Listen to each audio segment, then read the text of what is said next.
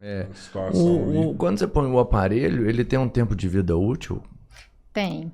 Depende muito também de cada paciente, tá? E do material, porque existem diferentes tipos de aparelho, diferentes materiais de confecção. Caramba. Né? Então, depende do aparelho que você escolhe.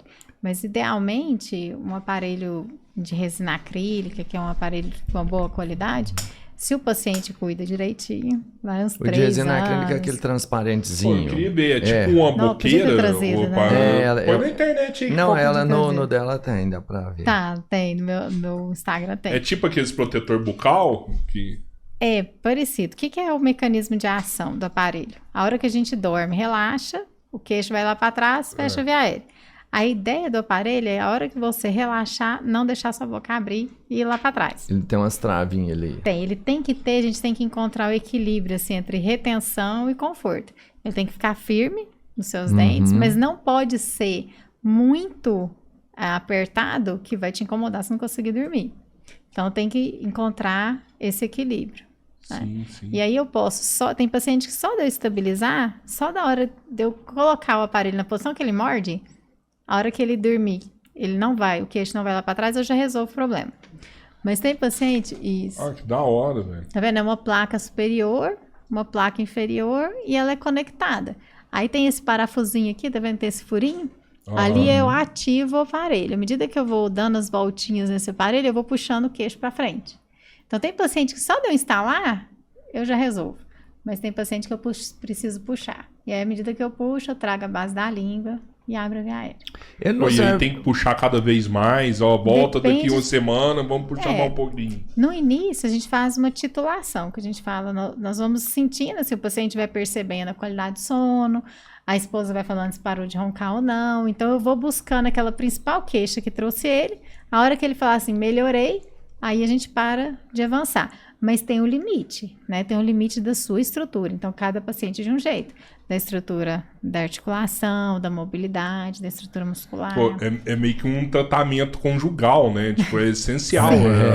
O parceiro tá junto, né? Nas consultas de sono é muito bom quando existe a possibilidade do parceiro ir junto. Mas esse tipo de aparelho não resolve aquele problema de prognata que fala? De quando você tem o queixo... Não, aí... Não muda nada, né? Ele não vai ter eficácia. Se eu pensar assim, você fala assim, de tratar, de corrigir de problema estimular, esquelético. por exemplo. Então, existe... Se eu usa coloco, contínuo, né? Se eu coloco um aparelho com esse mecanismo numa criança que está em fase de crescimento, aí eu estimulo e direciono o crescimento dessa forma. É um tipo de tratamento ortopédico, que na ortopedia funcional se faz. Né? Entendi. No adulto, nós não temos esse potencial de estimular crescimento. Então, não vai crescer. Só que é apoiado sobre dentes. E os dentes, eles precisam ter uma estrutura boa. Então, eu preciso fazer uma avaliação clínica muito bem feita para não criar um problema tentando resolver outro. Tá? Então, eu preciso estudar mesmo o paciente, ver o quanto de osso que ele tem, a inclinação dentária, a forma, a anatomia da via aérea, fazer uma avaliação detalhada da musculatura e da articulação, porque se eu estou puxando o queixo para frente, eu estou tirando uma musculatura que está sedentária, estou começando a trabalhar ela, certo? Verdade. É a mesma coisa de você começar a fazer uma atividade física. Então, você está sedentário, começa a fazer uma atividade física, no início você pode ter um personal top, numa academia top, que você pode ter desconforto. Então, no início do tratamento, eu preciso entender e conhecer meu paciente para saber o tanto que eu posso puxar para equilibrar. É o que o Túlio falou, né? O risco é maior do que o benefício, então a gente precisa entender cada paciente. Nesse caso, a gente está falando do músculo mais forte do corpo humano. Por quê? O músculo mais forte? É o músculo do maxilar, é o músculo mais forte. Masseter? Eu não sei se ele é o mais forte do corpo humano. Será que é?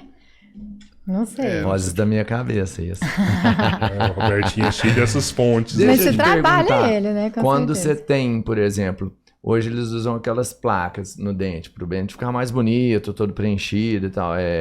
Faceta. Aquilo lá você rói boa parte do dente, em algumas situações. O cara tem que te contar, porque às vezes, como vai ter uma tração forte ali, o dente tá Pra gente olhando esteticamente, ele tá bem. O quê? Se tem faceta? Porque você olha ali, os dentes estão tão bonitos. Ai, não sei. Não, aí, por exemplo, a faceta em si, pro dentista, ela é visível. Mas tem algumas condições que não são. Por exemplo, um implante, uma perda óssea, um problema na articulação que é muito assintomático. Então, eu preciso investigar. A faceta em si faz todo sentido. Se tem que ter retenção, o aparelho vai prender ali. Então, eu tenho um material específico para esse paciente que tem muita porcelana na boca. Que a durabilidade dele, que é o que você me perguntou, quanto dura? Né? É um material que ele é mais flexível, então ele é mais confortável, eu não gero tanta pressão, tanto atrito sobre os dentes, mas a durabilidade dele é menor.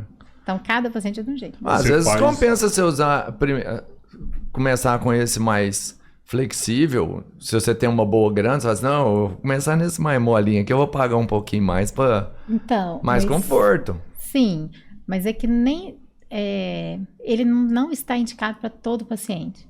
Por exemplo, você tem um paciente que tem um pouco de perda óssea, problema periodontal, a força sobre essas estruturas vai ser maior desse tipo de aparelho. Entendeu? Então, a gente precisa realmente estudar. E o que tem acontecido muito, né?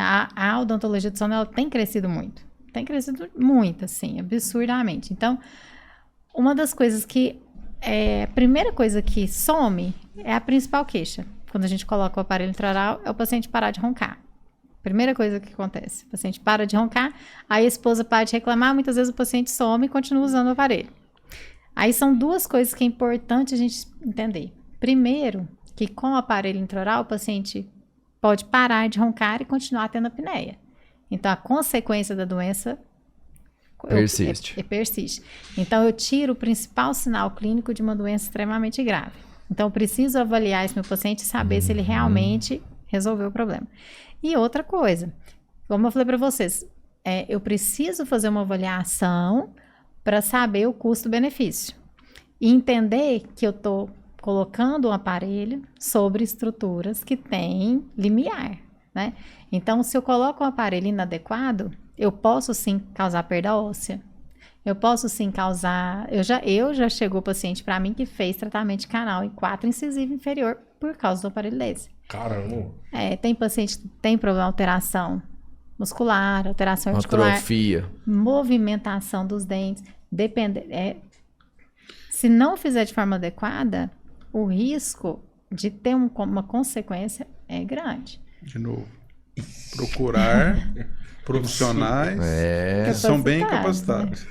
O cara vê um aparelho, isso é tranquilo, até eu sei fazer, e começa a botar aparelho em todo mundo, primeiro que não vai resolver direito. Depois que ele vai fazer a mesma coisa para todo mundo. E depois que ele não vai saber resolver o problema e ajustar. Então, é um tratamento. Precisa de um acompanhamento. É o que o Túlio falou, né? Quando você prescreve um tratamento, você tem que entender que todo tratamento tem efeito colateral. Então, eu tenho que entender quais são os possíveis efeitos colaterais. E tem aqueles pacientes que estão mais sujeitos a algum tipo de efeito colateral e outros a outros tipos. Então, à medida que eu entendo e que eu falo assim, olha, Rodrigo, você tem uma possibilidade, a gente vai colocar o aparelho, tem uma chance boa de ter apneia, mas olha, a sua articulação tá assim, pode ser que você comece a ter um desconforto. Então, se eu consigo prever isso e falo para o meu paciente, ele está ciente de que isso pode acontecer. Então, ele vai trabalhar junto comigo nisso. É muito diferente de a gente colocar um aparelho, qualquer outro aparelho, de uma forma aleatória, e o paciente começar a ter dor, aí chega e fala assim, mas o aparelho pode causar isso mesmo. Não fica parece que eu estou tentando justificar uma coisa que eu fiz errada. Então, a gente avaliar o paciente previamente é fundamental.